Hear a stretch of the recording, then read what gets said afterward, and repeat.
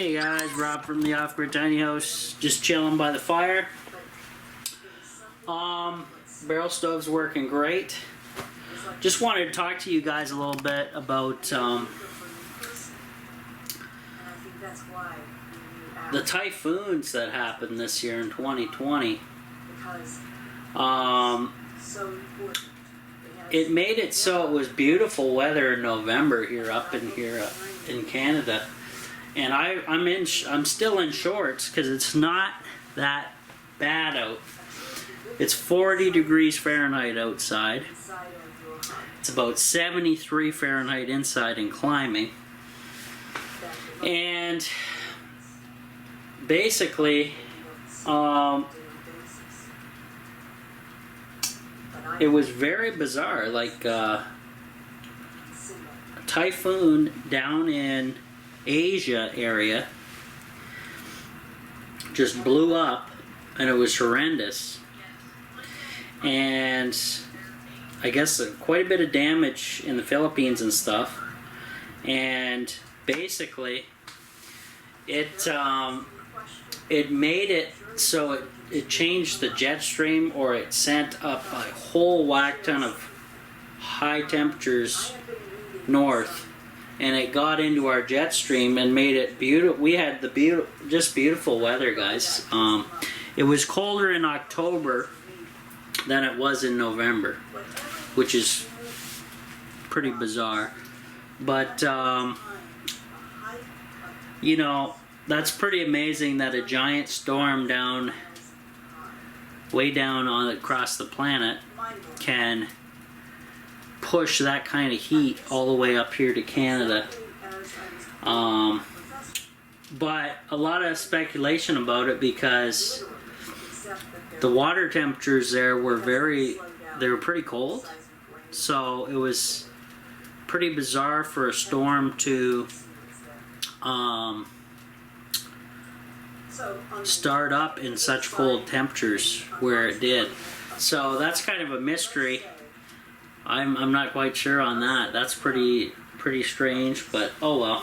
We enjoyed the weather, and the Philippines kind of got clobbered, but I guess that's the usual where they live. That happens quite often, so I guess they're used to it. Pretty wild stuff out there, guys.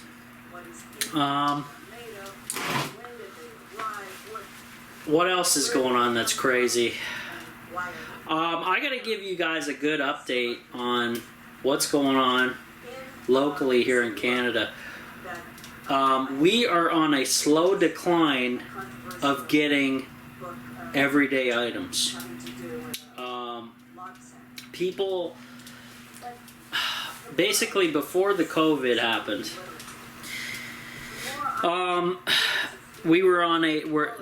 Canada's on a building spree, so they're building houses non-stop, okay? Now, once COVID hit, production everywhere stopped, or stalled, and is still stalled or half capacity or totally shut down still. And we're into mid-November. Now, the problem with that is everybody's noticing the slow decline of getting everyday items in stock. And actually, on top of it, the stolen election that went on, right now there's caravans and truck drivers rallying together in the thousands to protest against the crap election. So that's another thing. If the truck drivers aren't moving, guys, you ain't getting your goods. So just keep that in the back of your mind. I'm trying to get items that I can use, to kind of get a little more self-sustainable here at the Off-Grid Tiny House with my aquaponics setup. It's not entirely up to snuff yet, but we will do that in later videos, most likely the spring.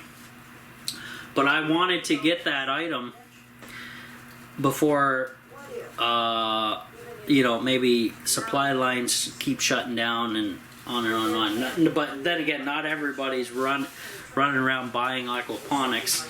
They should be, because that's your basically you can make your own food. That's your food machine right there. Grow all kinds of veggies and stuff in there. You can't grow root vegetables, but you can grow everything else, lettuces and whatever else you want to run, squash, anything you can think of, basically, right? Anything but root vegetables you can do, which is okay. Even though, but root vegetables are fairly hardy, guys. Carrots, potatoes, I can just dig a hole outside for them. That's not a big deal. You could have a little raised bed just for those. And the nice thing about potatoes and carrots, they don't go to seed very often. Like, you can grow throughout the year the potatoes and they won't go to seed very quick, which is nice, because then they'll just keep going. Same with carrots. And you don't harvest them until wintertime, basically. Throw them in your pantry, root cellar, and they'll last even longer in there without any special, you know, root cellar just does it naturally. It mimics the, basically the underground, right? Because that's what it is. So, yeah, I am just cooking myself out here with the barrel stove, talking to you on camera. I got a lot of stuff done, way more to go, and I want to thank all my viewers and commenters that follow my YouTube channel out there. Every single subscriber I want to thank. Couldn't have done anything without you. I get great comments from a lot of people out there, and they're trying to steer me in the right direction and put in their 2 cents and try to, you know, get me going, and I appreciate it. And solar's working flawlessly. That was a big hurdle this year, getting over that, and even got to run a window air conditioner off the grid completely, and including everything else in the tiny house. That's pretty sweet, guys. So you could see that I moved towards more inverter items. So I have a surround sound set up there that I may use. It puts out really good audio for music. I rarely used it actually at home because I think it's a 1,000-watt setup or 900-watt setup. I don't know if it's going to run on my inverter. I'm guessing it will. But where will the speakers go? How do I hide the wires, etc., etc.? That's all.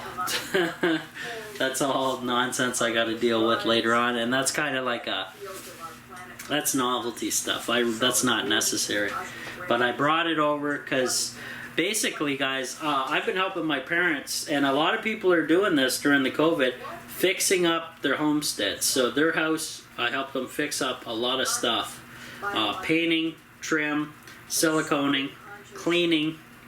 I've been a busy boy, so you get home from work, back to work right at the house, painting, cleaning, whatever. And we've gone through room by room.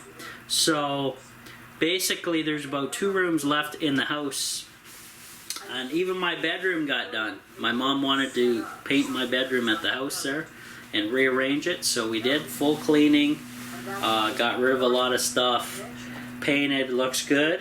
And maybe I'll show it sometime in a future video. And you know, we're working on the side room next to my bedroom. You know, remember, if you guys have followed me for a long time, I used to film in this side room that was full of junk, and you guys saw it on camera most of the time when I was doing unboxings and Dollar Tree hauls and stuff like that. That room has been emptied.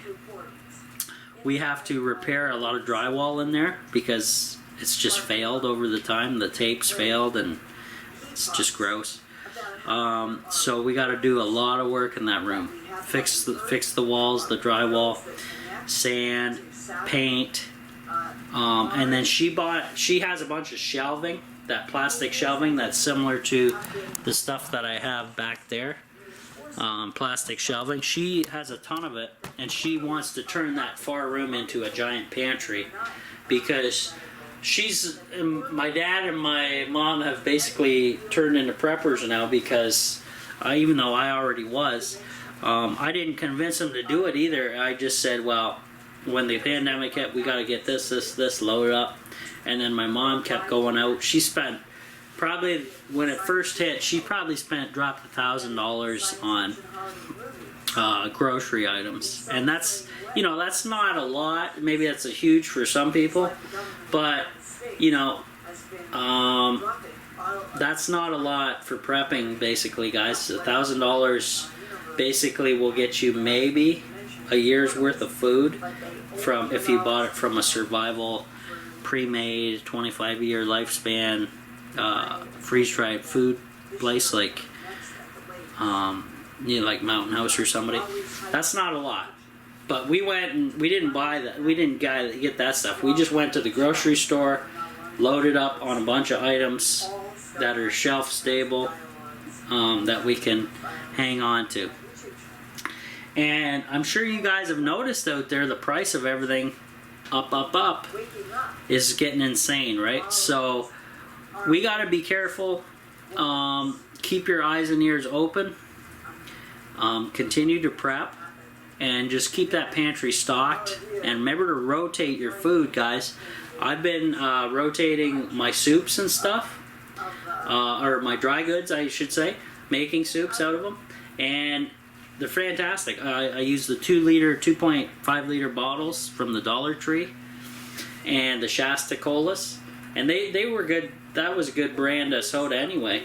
But, man, for storage of food, that's the cat's meow.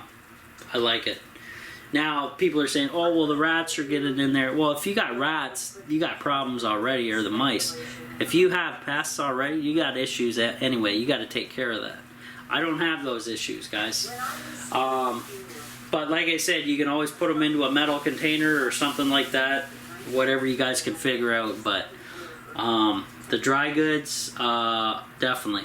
Now, the only thing I'm worried about is I use V8 juice as a base for my soups, like a vegetable cocktail, and it's excellent for making soups with. My only thing is, if we have an SHTF setup situation like I was talking about, what if you can't get V8 juice for making a soup base? You can do the bouillon cubes and the chicken broth and stuff, but how long is that going to last? And straight water would be kind of nasty, if you ask me. But it may come down to that. That's why straight water, guys, would be kind of gnarly, except if you spice it up heavily or grow tomatoes and make your own kind of tomato soup that you could put these dry goods into, something like that. All kinds of options. What do you guys can tell me for vegetable cocktail? What are you guys using? What are alternatives that I can use? Hit me up in the comments down below, because I'm gonna go to the store after I leave this place and mask up and do all that nonsense, the Kabuki Theater. But I was listening to the radio actually, and it's pretty pathetic, guys. There's people on the radio have followed the guidelines to a T that the government's given out for this, and they're still getting it. So there's something going on. It's either mutating, or we got information being omitted from the government to us. And also, I'm going to do this in another video. I'll talk about that later. But just hit me up in the comments your suggestions. Thanks.